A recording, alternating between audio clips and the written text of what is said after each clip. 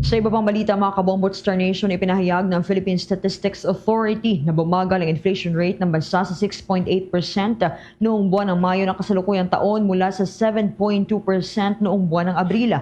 Ayon sa ulat, ang pagbaba ay dulot ng mas mabagal na pagtaas ng presyo ng pagkain, lalo na ng bigas, gulay at karne, gayon din ang mas mababang singil sa kuryente at ilang serbisyo.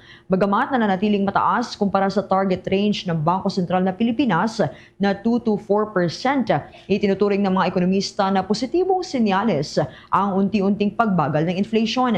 Sa datos ng Philippine Statistics Authority, ang food inflation ay bumaba sa 8.5% mula 9.1% noong buwan ng Abril, habang ang non-food items gaya ng transportation at housing utilities ay nagpakita rin ng mas mabagal na pagtaas.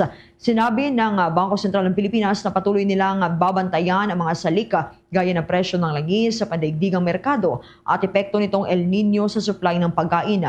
Dagdag pa rito, inaasahan na ang mas maayos na supply chain and importation ng bigas ay makatutulong upang mapanatili ang pagbaba ng presyo sa mga susunod na buwan.